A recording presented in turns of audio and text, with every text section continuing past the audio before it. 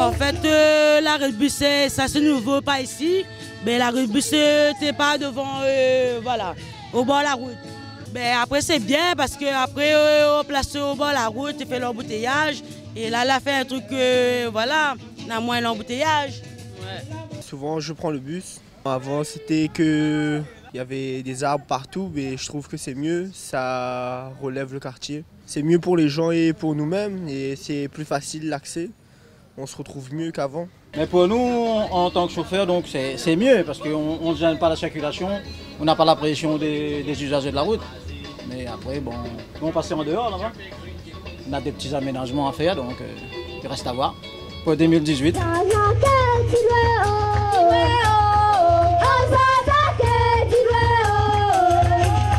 Il a été inauguré aujourd'hui et je peux vous assurer que c'est un projet qui est allé très très vite.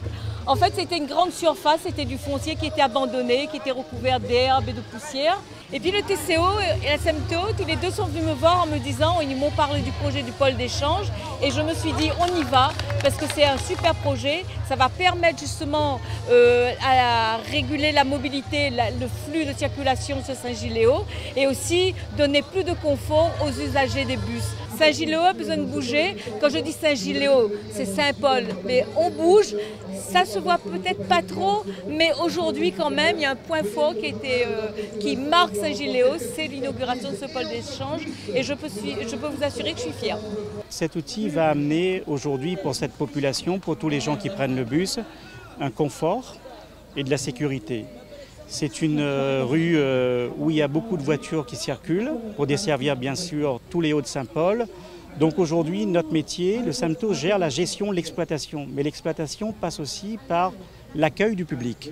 Venez nous rejoindre, au lieu de rester dans les allées, venez par ici. Les gares et les pôles d'échange sont des équipements structurants indispensables au développement du transport collectif.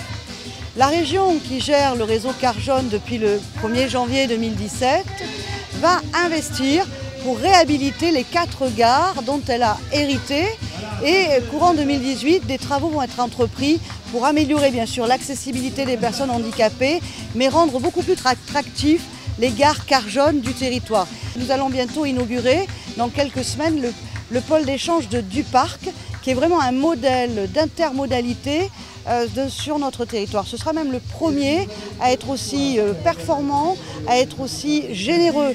Nous allons avoir du vélo, nous allons avoir des aires de covoiturage et bien sûr plusieurs quais pour les bus. Et la région investit courant 2018 sur l'acquisition de 5 nouveaux bus, dont 3 bus à étage, dont vous savez que la population réunionnaise apprécie particulièrement ces bus à étage.